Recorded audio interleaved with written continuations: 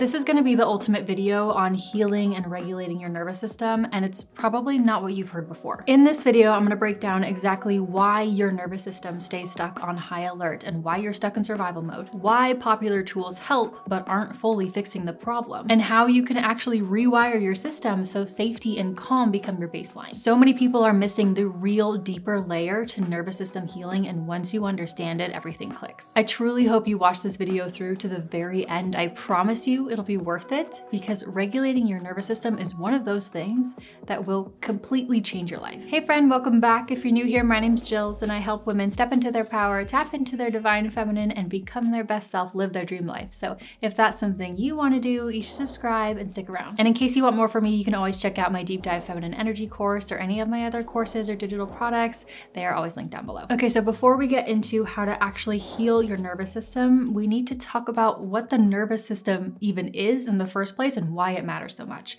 Because once you understand this, it'll become a lot easier to understand how to fix it. So your nervous system is basically the communication system of your entire body. It's a network made up of your brain, your spinal cord, and all of the nerves that run throughout your body, and that's why it's called your nervous system. And it has one main job: to constantly scan what's happening both inside your body and around you and decide how to respond. It's basically your body's internal control center. So it decides, should you relax or be on high alert? Should your heart slow down or speed up? Is this moment safe or threatening? It's constantly scanning, trying to figure it out. It's constantly scanning for danger and threats. And it's very good at its job, sometimes too good. And so your nervous system has two major gears that it switches between. Fight or flight mode, aka your sympathetic nervous system. This is your stress mode. This is your body sensing danger mode. And then there's the rest and digest mode, aka the parasympathetic nervous system. This is your calm, happy healing mode. This helps you feel safe and connected and grounded and able to fully relax. But if your nervous system is stuck in stress mode all the time, which for a lot of people it is,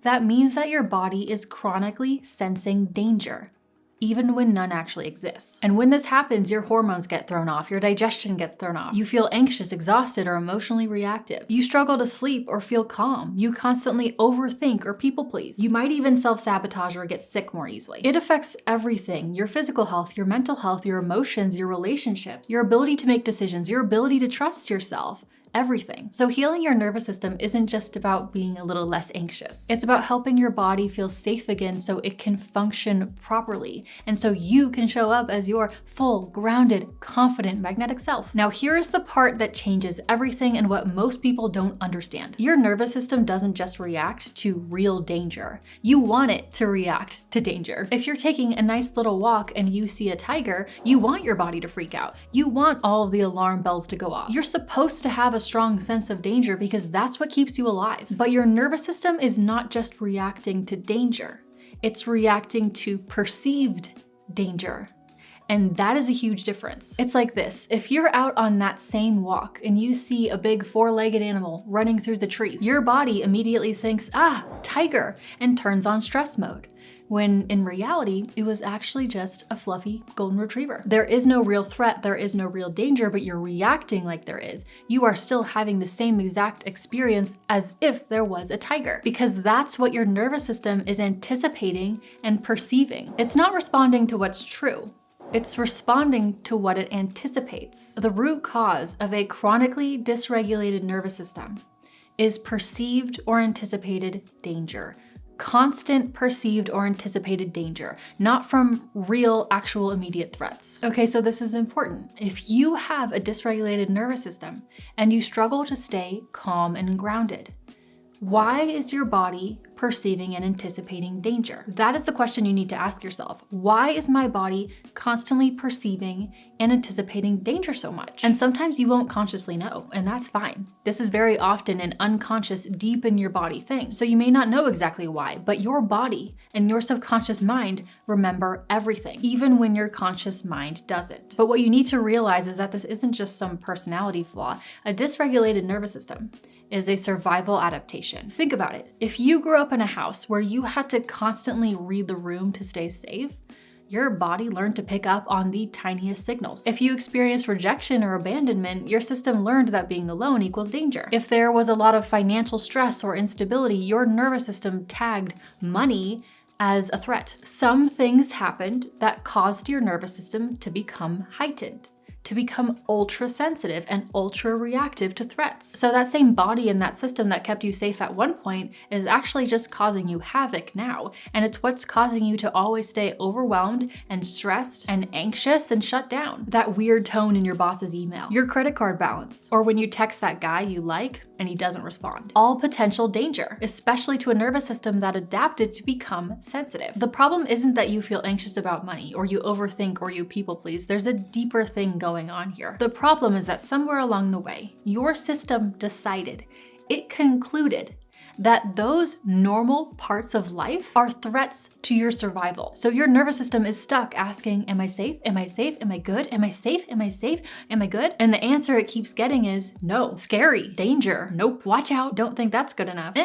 Not really sure about that one. Definitely not safe. The point that I want to drive into your brain right now is that your nervous system became ultra sensitive because it thinks there's some perceived danger lurking around. And really, at the core of all of this is a lack of trust. And that is what I've never heard anybody say when it comes to the nervous system. Underneath it all, nervous system dysregulation is about broken trust. Trust with yourself, trust with others, trust with life, trust with uncertainty. Your system doesn't trust that you can handle stress, and your system doesn't trust that you can handle whatever comes your way. And so that is what we have to fix. To truly regulate and heal your nervous system, you have to convince your brain and your body that you are safe now, over and over again, so that your system stops seeing life as a constant threat. And we're going to talk about how to do this, but just know this isn't about trying to eliminate all discomfort from your life. This is about expanding your capacity to handle it without immediately jumping into survival mode. Because once your brain and your body start to feel safe,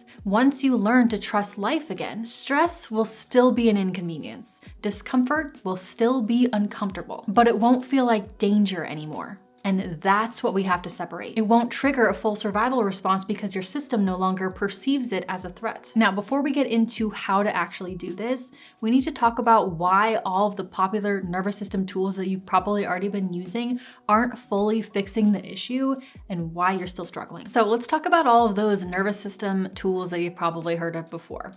Breath work, cold plunging, shaking your whole body, laying on the ground with your legs up the wall, yelling into a pillow, somatic release work, all of that. Now, all of these tools can be wonderful, and I am not discounting any of these. They can help you down-regulate in the moment, they can help you move stuck energy, they can release emotions and stuck trauma from your body, and bring you back to center when things feel overwhelming. Somatic tools are powerful, but, and here's what I want to gently point out. Most people are using these tools to recover from stress because they've already had an elevated stress response. They're trying to recover from feeling overwhelmed or anxious or dysregulated, not to rewire the patterns that are causing it in the first place. If something stressful happens, they think, let's shake it out, let's dance it out, let's yell into a pillow. I'm stressed, so in order to sleep, I need to lay on the ground with my legs up the wall to calm down. And these are wonderful tools and wonderful ways to help down-regulate you. But what if you didn't have to shake your body to calm down? What if you didn't have to lay on the ground with your legs up the wall every night just to fall asleep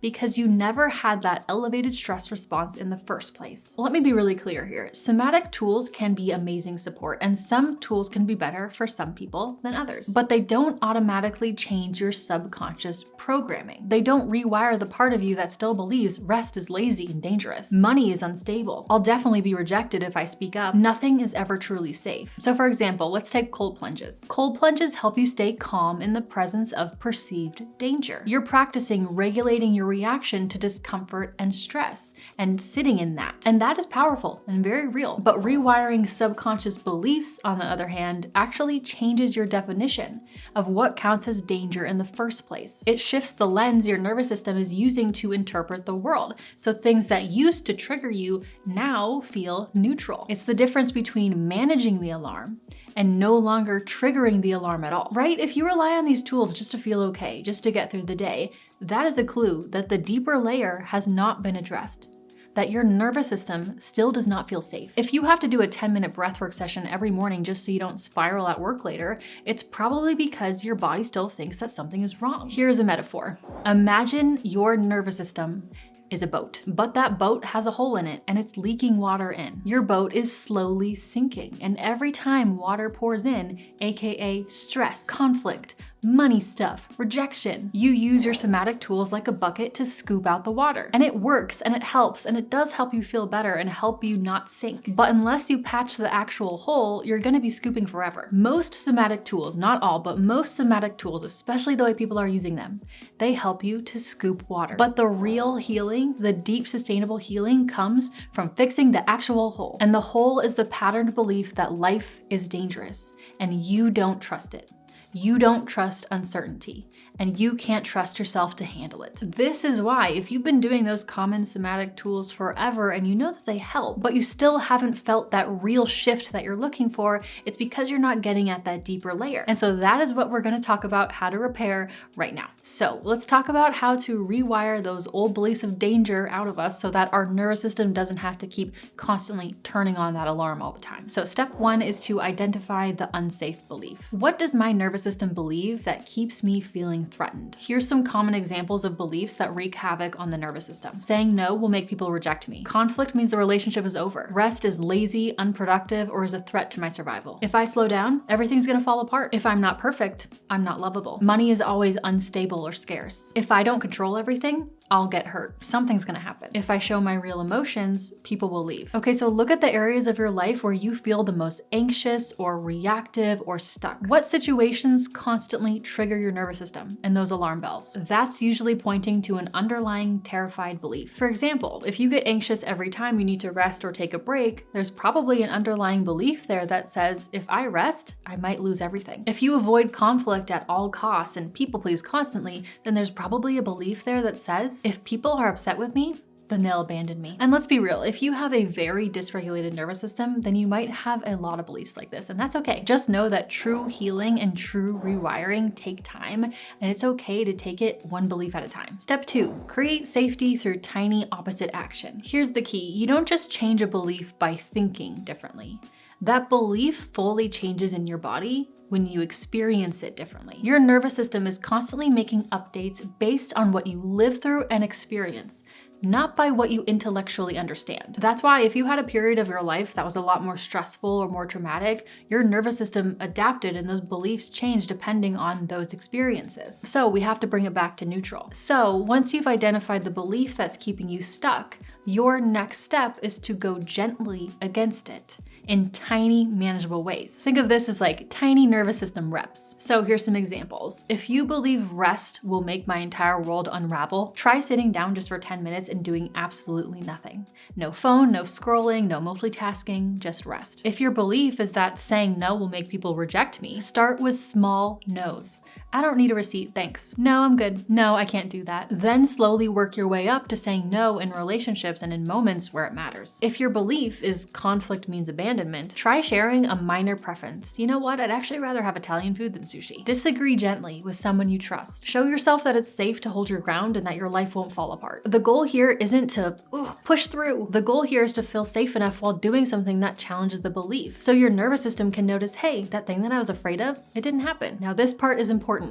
You're not trying to push yourself into extreme discomfort. What you want to do is find the sweet spot where it's uncomfortable, but still manageable. If your body is panicking and stressing, you went too far. This is the start of real rewiring, not just thinking a new thought, but also experiencing a new experience and a new outcome. And when your nervous system experiences something new and sees that that thing that you were so afraid of didn't happen, that's when those deeper beliefs about your safety start to slowly shift. But step 3 is crucial in this process of rewiring your beliefs. Because you know how I said you don't want to push yourself into extreme discomfort? Here's what I mean. Okay, if you have a belief that's putting you into survival mode and in panic mode, let's just take a common fear as an example, a fear of public speaking. If you force yourself to go give a speech to 5,000 people live with those big lights shining on you, you're going to trigger so much fear and discomfort. And even if you make it out of that speech alive, and you did just fine, your body and nervous system is still going to register that experience as stressful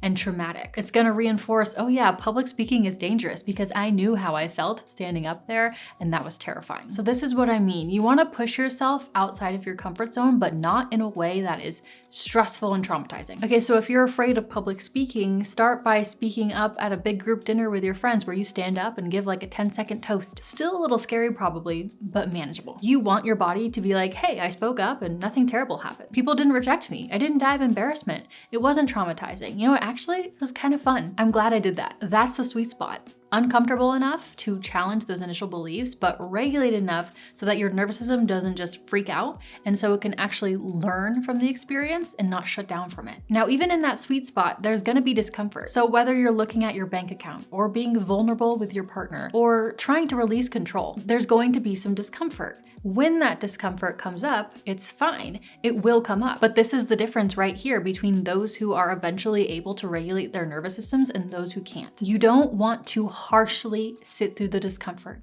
You want to gently sit through the discomfort. And I know that makes no sense, but once I explain it, it will. Harshly sitting through the discomfort is this: forcing yourself to endure it, white knuckling through it, being mean to yourself about having that feeling and that belief, judging yourself for it, shaming yourself for it, getting mad at yourself about it. You know what that's gonna do? It's gonna activate that trauma or that negative belief even more because there's so much rough intensity and stress and judgment and shame around it. Remember, your nervous system learns through experiences, and you're literally reinforcing a negative experience. Gently sitting through the discomfort is this: approaching it with kindness and curiosity.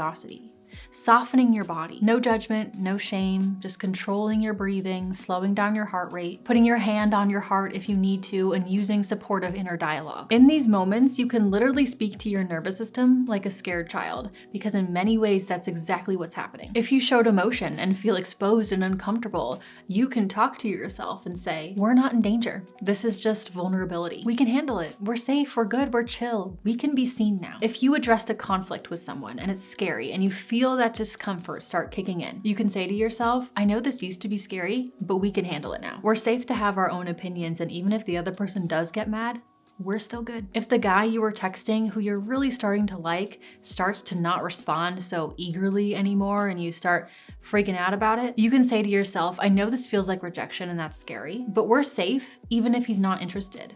We can handle disappointment. Maybe it's clearing the way for something better anyways. So do you feel the difference between sitting in the discomfort harshly versus sitting in the discomfort gently? This is the key.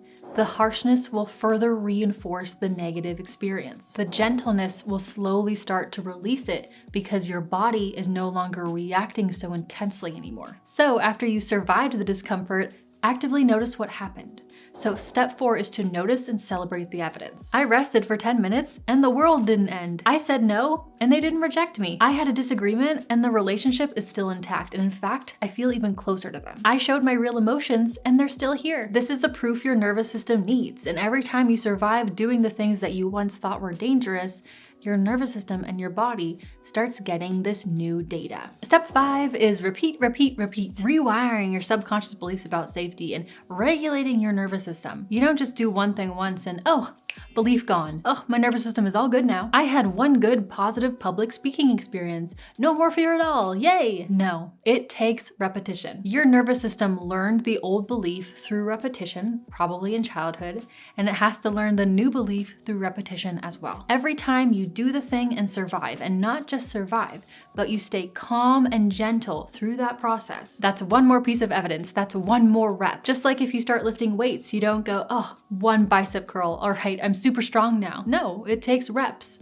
over and over and over again. Same with your nervous system. You are literally building new neural pathways in your brain, and that takes time. And here's the wonderful thing. Every single rep counts. Every single piece of evidence counts. Every time you say no without apologizing. Every time you rest without guilt. Every time you have conflict without people-pleasing your way out of it. That's your nervous system getting stronger evidence that you are safe. And here is the point that you cannot miss. The point is that eventually your nervous system stops seeing these normal life situations as dangerous at all. You're not just building tolerance to discomfort. You're eliminating the perception that there's danger in the first place. That is the deeper layer that changes everything. You're not just coping better. You're actually eliminating the problem at its source. So it's not, oh, I can handle feeling scared when I check my bank account. It's, I no longer feel scared when I check my bank account because my nervous system no longer thinks it's dangerous. That's when you know the rewiring has happened. When checking your bank account feels neutral. When saying no feels normal. When having a disagreement just feels like having a disagreement. No alarm bells, no panic, just normal human interaction. That's real nervous system regulation. Not needing tools to manage your reactions, but changing your beliefs so those reactions don't happen in the first place. So be patient with yourself, trust the process. Your nervous system is learning even when it doesn't feel like it. Okay, so that is how you start rewiring those beliefs and start regulating your nervous system again. But if you've tried this work before and you're still struggling, you're not unique, you're not the exception. There is a reason why. So this next part is really important because one of these might be the missing piece that you need. Here are the most common reasons why nervous system rewiring gets stuck and isn't working for you and what to do about it. The first reason this isn't working is because you're going too deep, too fast. I know we live in a world that wants fast results, but that's not how your body works. Imagine you decide that you want to learn how to do the splits. You can't just force yourself into the splits. Your body doesn't work that way. It's gonna break in half. Like your muscles are gonna snap or something. I don't know, but it won't be good. The way you learn how to do the splits is through consistent, gentle stretching. Keyword gentle, not harsh, get down, gentle, a little bit at a time every day, being consistent with it. And it'll feel like you're making no progress at all, but then eventually a few weeks or months will go by and you'll be like, oh my gosh, look how much closer I am. And I don't know if you ever had braces as a kid, but I did for like 4 years. And if I went into that orthodontist office and he was like, sit down, let me fix your teeth.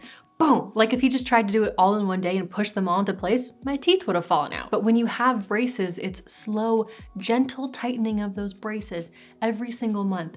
It's uncomfortable, but it's manageable until eventually your teeth are straight. Same with your nervous system. If you try to stretch your nervous system too much, too fast, it'll snap and re-traumatize you. But if you go gently and do it consistently, but gently over time, it'll slowly adjust and bend and recalibrate. It just takes time. So if you avoid conflict at all costs, like that's your belief, you think conflict is terrifying and dangerous, don't start by having the biggest fight that you've been avoiding for a decade. Start by expressing a tiny preference, like actually, I think I'd rather have lasagna tonight. The goal is to stretch your nervous system, not snap it. Your nervous system needs to feel like it can handle each step before it moves to the next one. Otherwise, it goes into protection mode and it snaps. And you end up reinforcing the feeling of danger into your body even more. Reason number 2 is that you are missing co-regulation. This one is so important and so grossly overlooked, especially for women. A lot of people don't realize this, but the female nervous system is especially sensitive to oxytocin. You know oxytocin, the bonding hormone. Oxytocin is released during things like eye contact and hugs and cuddles and emotional connection and intimacy and even holding hands or petting your dog. It's nature's way of saying you're not alone, you're safe, you're supported. This is important for everyone, but for women especially, oxytocin is one of the most powerful regulators of the nervous system. This is why so many women can do all the healing practices in the world. They can stay home and meditate and journal and cold plunge and still feel anxious and lonely and disconnected because they're missing the biological need for bonding and connection. This is why sometimes, when you're stressed and overwhelmed and you go over to your best friend's house and you talk all night and you eat popcorn and you watch a nostalgic movie, or you spend a cozy date night in with your partner and he cuddles you and he holds your hand and he listens to you talk. Those moments of affection and shared presence can regulate your nervous system faster than so many other nervous system hacks ever could. We are wired for human connection. It is literally in our DNA as human beings, and especially as women, we are even more sensitive to this, okay? It is wired into us that if we do not have community and people to be in community with, then we are in danger. And this is just a primal instinct, especially for women. So if you are not getting it, you are not getting that shared connection, you are not getting oxytocin, then no matter what you do, your nervous system will still feel a little like, unsafe. And female hormones literally depend on oxytocin for hormone regulation, nervous system regulation, for reducing our cortisol and making sure we don't get stressed. And that is why connection is not just a nice to have, it's physiological medicine to the female body. The female nervous system doesn't just calm down once you do cold plunges and breath work. It calms down when it starts to feel safe, seen, and supported. If you are missing that piece, no amount of solo healing work is gonna fully regulate your nervous system. You can meditate for hours. You can do breath work every day. You can journal until your hand cramps. You can try to rewire those beliefs, but if you don't have that oxytocin, that connection, that feeling of being seen and supported, you're most likely gonna keep feeling anxious and disconnected. So maybe you don't need to do another meditation. Sometimes you just have to call your best friend. And lastly, reason number 3 is that you might need real external safety first. If you're trying to regulate your nervous system and get out of survival mode, but your boyfriend is totally toxic and you live with him and he's mean to you and disrespectful, if you're working 12 hours a day with a boss who screams at you the whole time, or if you're walking home every single night in a really sketchy neighborhood, it's going to be really hard to get out of fight or flight. If you're constantly in unsafe situations like this, there's nothing wrong with your nervous system and how it's reacting. Your nervous system isn't dysregulated because you're always in fight or flight. In fact, it's working perfectly. You're supposed to be scared of danger. You're supposed to be scared of bad things. Sometimes the most healing thing you can do isn't to try to fix your nervous system, but to actually change your circumstances, to leave, to set boundaries, to move somewhere else, to stop talking to that one person, to protect yourself in real, tangible ways. So my point is that if you've been doing inner work for a long time and still feel on edge, maybe listen to what your body is telling you. Maybe the problem isn't your nervous system and maybe it's your situation. Before we wrap up, I just want you to remember this: a healthy nervous system isn't always calm. It doesn't mean that you're just chill all the time. A healthy nervous system is responsive, not stuck. So it can rev up when it needs to, when you really need to focus, perform, or move fast or protect yourself. And it can slow back down when it's safe to rest, digest, and connect. The goal isn't to never feel anxious or stressed, because that's never gonna happen. The goal is to start trusting life again. Even when stress does come up, your body can differentiate stress from danger, that you can meet whatever life throws at you, feel it fully, and come back to center, right? So if something scary does come, your fight or flight gets activated, but then after that, it moves back down to calm and back to chill. To regulate your nervous system, you're not aiming for a life without stress. You're aiming for a body that knows you're safe. I know this video was long. My goodness, if you stayed until the very end, I appreciate you. And I also really hope that you got value from this video. If you did stay until the very end, leave your favorite green emoji in the comments below so I know. Now, if you want to go even deeper into uncovering the hidden beliefs and patterns that are running your life and ruining your life, my beginner's guide to shadow work is the perfect next step. Shadow work has always been confusing and very woo-woo, but not in this video. I break it down so clearly you'll instantly see how it's been running your life behind the scenes and what to do about it. So I'll see you over there, or I'll just see you next time in my next video. Bye.